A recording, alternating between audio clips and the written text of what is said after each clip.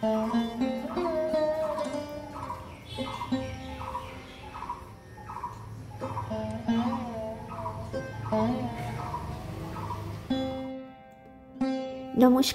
আমি মিঠুর ঘর কন্যায় সবাইকে স্বাগত। সবাইকে সুপ্রভাত জানিয়ে রবিবারের ব্লগটা নিয়ে চলে আসলাম। বেশ কয়েকদিন বাদে ভয়েসটা দিচ্ছি। ভয়েস দিতে আমার এখন ভালো লাগছে না, বিশ্বাস করো।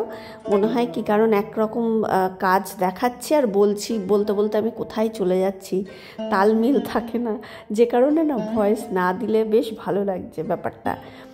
আর আমি অনেক দিন আগে বলেছিলাম, ফ্লেভার অফ কিচেন বলে একটা চ্যানেল আছে, কুকিং ব্লগ, ওর ভিডিও দেখতে আমার ভীষণ ভালো লাগে, কিন্তু এখন দেখা হয় না। খুব বড় বড় করে 25 মিনিট 30 মিনিট, কিন্তু ও ভয়েস দেয় না, জানো তো, কুকিং চ্যানেল আর কি।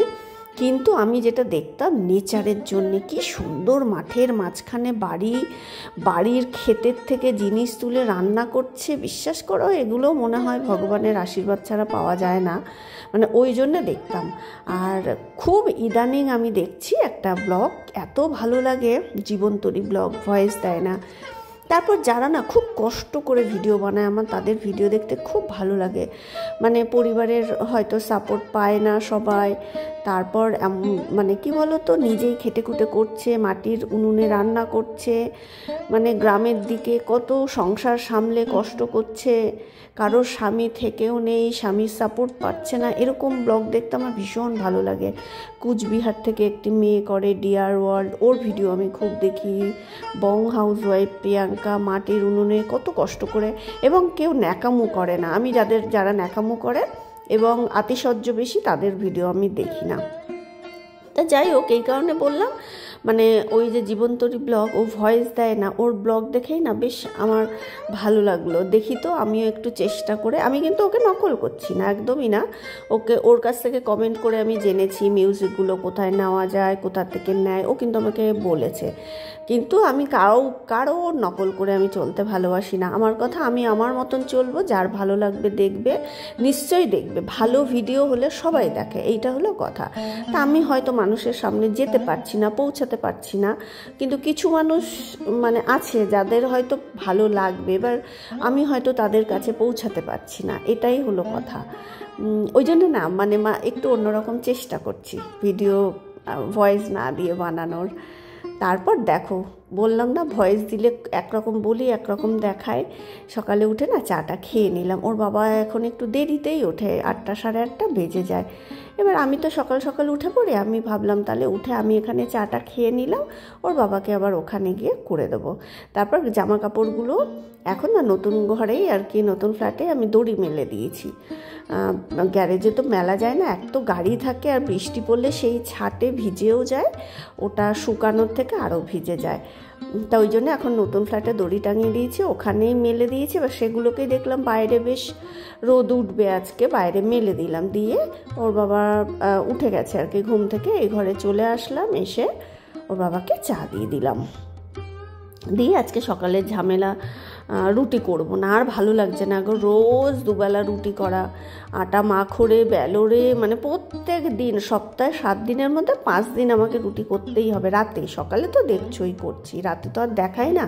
মানে দুপুরের পরেও যে কত কাজ থাকে সেটা দেখালে বোধহয় কয়েক ঘন্টার ভিডিও হবে তার ঠিক নেই। সেটা সবার ক্ষেত্রেই, সব হাউস ওয়াইফদের ক্ষেত্রেই প্রচুর কাজ, যেগুলো সবাই দেখায় হয়তো সামান্য একটু দেখায়। তারপর দেখো, ওর বাবাকে চা দিয়ে জামা কাপড়গুলো ভাঁজ করে নিচ্ছে। আর ওই যে বললাম, জলখাবার আজকে বানাবো না, রুটি করব না, আজকে ওর বাবা ছেলেকে দেবো ম্যাগি। ছেলেকে দোকানে পাঠিয়েছিলাম, ম্যাগি, পাউরুটি, আরও কিছু কিছু জিনিস এনে রাখলাম, বেশি বেশি করেই এখন রাখছি, জানো তো। ওই যে বললাম না, আমি একটা ভয় আমার নেই, আমার ভয়টা কেটে গেছে, কিন্তু তবু না রাখছি, একটা প্যানিক কাজ করছে যে যদি ফট করে আমারও হয়ে যায়, ওর বাবাও বাইরে বেরোতে পারবে না, আমার হয়ে গেলে তখন হয়তো ছেলেকেও বের করা যাবে না, তো যে কারণে বেশি বেশি করে জিনিস এনে রাখছি। আর ওদেরকে ম্যাগি করে দিলাম, আমার একটু জল দেওয়া ভাত আছে, ওদেরকে ডিম সেদ্ধ করে দেবো, আর আমি একটা ডিম ভেজে ভাতটা খেয়ে নেব। এরপর ফলওয়ালা আসলে ফল নিলাম, বেদানা নিলাম, আর আম 1 কিলোই নিচ্ছিলাম। তারপরে ওর বাবা বারণ করছিল, আম না এখন খেতে চায় না, বলে আম দিও না, সুগার বেড়ে যাবে। খেয়েছে, অনেক আম খেয়েছে, কালো আঙুর নিলাম, আপেল, মুসম্বি লেবু নিলাম, আপেল নিলাম, পেয়ারা নিলাম। এবার এই 3টে মুসম্বি লেবু, একটা পেয়ারা আগের রয়েছে, এটা ফ্রিজেই ছিল, আমি সকালে কেটে দেবো বলে ওর বাবাকে বের করে রেখেছি। আর এই আপেলটা ঝুড়িতেই ছিল।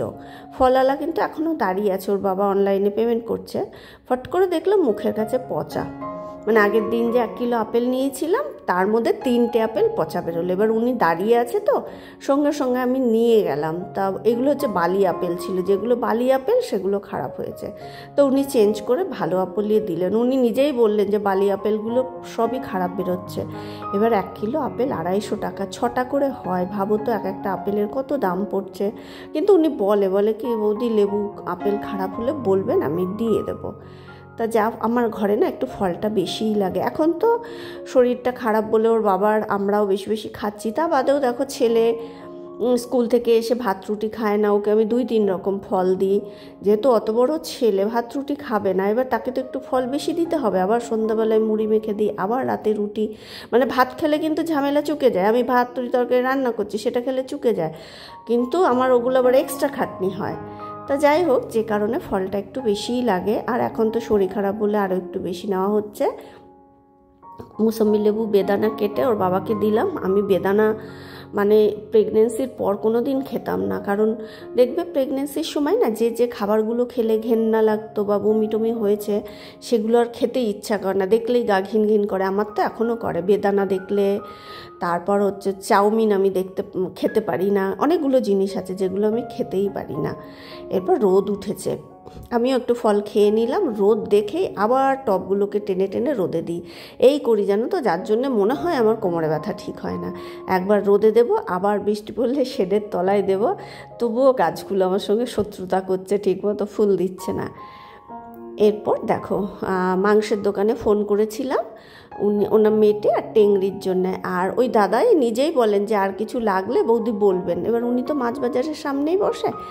তা আমি বললাম, দাদা শিঙি মাছ জ্যান্ত বলছে। তারপরে উনি কিনে পাঠিয়ে দিয়েছে, মনে হয় 300 গ্রাম হবে। আমি বলেছিলাম 250 থেকে 300, আজকে একটু বেশিই আছে, 300 গ্রাম।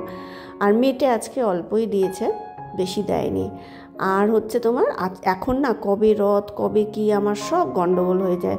সকালে যখন ফুল তুলছিলাম তখন সামনের বাড়ির বৌদি এমনি সবসময় বলে যে মিঠু কিছু লাগলে বলো, তোমার দাদাকে দিয়ে আনিয়ে নিও, বলবে। তা লাগছে না বলে আর বলিনি। আজকেও জিজ্ঞাসা করলো যে মিঠু কিছু লাগলে বলো। তা আমি বললাম না বৌদি। এবার আজকে যে রথ আমার মাথাতেই ছিল না, জানো তো। তা আমি এমনি 2টো আম নিয়েছিলাম। তারপরে রথে আম দিতে হয় ঠাকুরকে, আম খেতে হয়। এখন আমার সব গন্ডগোল হয়ে যাচ্ছে, কবে কি বার দিনক্ষণ কিচ্ছু মাথায় থাকছে না। বৌদিকে তাই বললাম যে বৌদি আমার কিচ্ছু দিনক্ষণ ঠিক থাকছে না। বলছে ঠিক আছে দাদার শরীর খারাপ, তোমার এখন অত নিয়ম মেনে চলতে হবে না। তারপর দেখো ঘরটাকে মুছলাম, মাছটাকে ধুয়ে রেখেছি, মেটে টেংরিটাকেও ধুয়ে ঘরটাকে মুছলাম, চান করে আসলাম, এসে পুজোটা দিয়ে নিলাম। যেহেতু আজকে রথ, আম ছিল, আম দিয়েই দিলাম। অনেক দিন পুজো দেওয়া হয়নি, ঠাকুরের সব মানে ফুল টুলগুলোকে সরিয়ে পুজো দিলাম। দিয়ে আগে শিঙি মাছটা করে নিচ্ছি, আর ভাতের মধ্যে উচ্ছে আর একটু কুমড়ো সেদ্ধ দিয়েছি। ফ্রিজে শাক ছিল জানো, ওটা মনেই নেই, শাকটা বের করলেই কেটে করতে পারতাম, ভুলেই গেছি শাকের কথা। তারপর কাঁচকলা আলু দিয়ে জিরে, কাঁচা লঙ্কা আর গোলমরিচ দিয়ে পাতলা ঝোল করছি। যদিও ঝোলটা বেশি দেওয়া হয়ে গেছিলো, পরে আমি ঝোলটাকে জোর আঁচ দিয়ে টানিয়ে নিয়েছিলাম। তারপরে টেংরিটাকে করে নিলাম। টেংরিটাকে কি করি বলো তো, আমি তোমার হচ্ছে মাখিয়ে নিই। আগে তো ভালো করে ধুই, পশম থাকে তো। তারপরে কাঁচা লঙ্কা, আদা, রসুন বাটা দিয়ে সর্ষের তেল দিয়ে মাখিয়ে রাখি। তারপরে প্রেশারে দিয়ে আচ্ছা মতন 10-12টা সিটি দিয়ে তারপর আলু ভেজে আবার একটু পেঁয়াজ, টমেটো, ওই বাটাম পেঁয়াজ, রসুন, আদা বাটা দিয়ে কষিয়ে, মানে সব মাংসের মতনই, কিন্তু খুব পরিমাণে অল্প। আগে আমার হাজব্যান্ড এটা খেতেই চাইতো না। আমার একবার শরীর খারাপ হলে ও মাটন আনতে গেছিলো, তখন ওই মাটনের দোকানে দাদাই বলেছিলেন যে মাটন খাওয়াতে হবে না, তুমি মেটে আর টেংরি নিয়ে যাও। সেই থেকেই না উনি পাঠিয়ে দিতেন, উনি একটা লোক দিয়ে পাঠিয়ে দেন, যা দাম হয় আমি দিয়ে দিই। মানে আমার হাজব্যান্ড কোনো দিন এটা কিনে আনেনি না, হাতে করে, আমার মনে পড়ছে না ও কিনে এনেছে, কারণ ও বলে ওগুলো কুকুরে খায়। তা যাই হোক, এখন খায় আর কি, জানে জিনিসটা উপকারী। এরপর দুপুরবেলা খেয়ে দিয়ে বাসন টাসন মেজে একটুখানি রেস্ট করলাম। তারপর এই যদি বাড়িতে পক্স হয় না কারো, নাকি ধুনো দিতে হয়। আমাকে সামনে বারে বৌদি বলেছিল যে মিঠু সবসময় একটু ঘরে ধুনো দিতে হয়। এবার একদিন দিয়েছিলাম, তারপরে না আর কয়েকদিন দিতে পারিনি। এবার আজকে থেকে আবার পুজো শুরু করলাম, সারা ঘর বাড়িতে দিলাম। আমি যখন ধুনো দিই পুরো চারিদিকে আমি দেখাই, আমাদের সামনে থেকে পুরো নতুন ফ্ল্যাট অবধি নিয়ে যাই, আমাদের গ্যারেজে খোলা থাকলে গ্যারেজটাতেও দেখায়। মনে হয় যে অনেক মানে নেগেটিভ এনার্জিগুলো চলে যায়। ধুনো দিলে আমার খুব ভালো লাগে, ধুনো দিলেই না ঘরটা দেখবে মনে হয় কি একটু পবিত্র লাগে তোমার। তারপর সন্ধ্যাবেলায় চা করলাম আর ছেলেকে একটু মিষ্টি দোকানে পাঠিয়েছিলাম। রথ তো আমার খুব জিলিপি খেতে ইচ্ছা করছিল, মনে হচ্ছিল, তা ছেলেকে দিয়ে আনালাম। আর ওকে বলেছিলাম ভেজিটেবল চপ আনতে, সিঙ্গারাও বলেছিলাম, তো সিঙ্গারা ছিল না।